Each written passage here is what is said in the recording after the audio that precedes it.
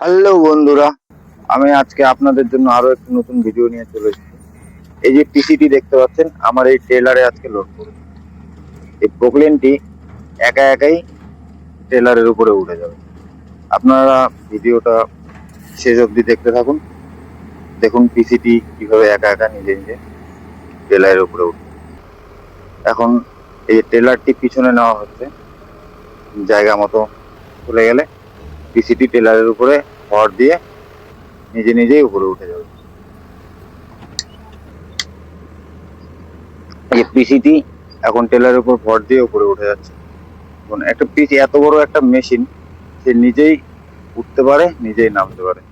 তাকে নামানো ওঠানোর জন্য কারো কোনো কিছু দরকার নেই, এই একা একা উঠে যাচ্ছে পুরো চেন।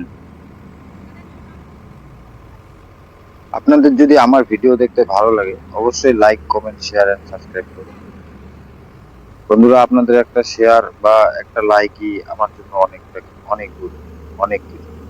এখন পিসিটি এখন ওই সাইডে ঘোরাচ্ছে, কারণ এইদিকে উঠে গেছে। এখন ওই সাইডে ভর দিয়ে সোজা করবে, সোজা করে পিছনে চলে আসবে। কত সুন্দর ভাবে ওরা উপরে উঠে নামে। কিন্তু যে অপারেটরটি রয়েছে, অপারেটরটি এক্সপিরিয়েন্স অপারেটর থাকতে হবে। এবার এক্সপিরিয়েন্স অপারেটর না হলে পিসি একদম টেলার থেকে নিচে পড়ে যাবে। আপনারা যদি কেউ দেখে থাকেন এরকম টেলারে পিসি লোড আনলোড, অবশ্যই কমেন্ট করে জানাবেন। আর আপনারা অনেক আমার ড্রাইভার বন্ধু আছে, যারা অপারেটর বন্ধু আছে, যারা পিসি চালায়, কতটা রিস্ক আপনারা অবশ্যই কমেন্ট করে জানাবেন যে এগুলো উঠাতে নামাতে কত রিস্ক হয়। আমরা এখন এই ওদলাবাড়ির জেল নদীতে আছি। এখান থেকে লোড করে নিয়ে যাব এই চালসা।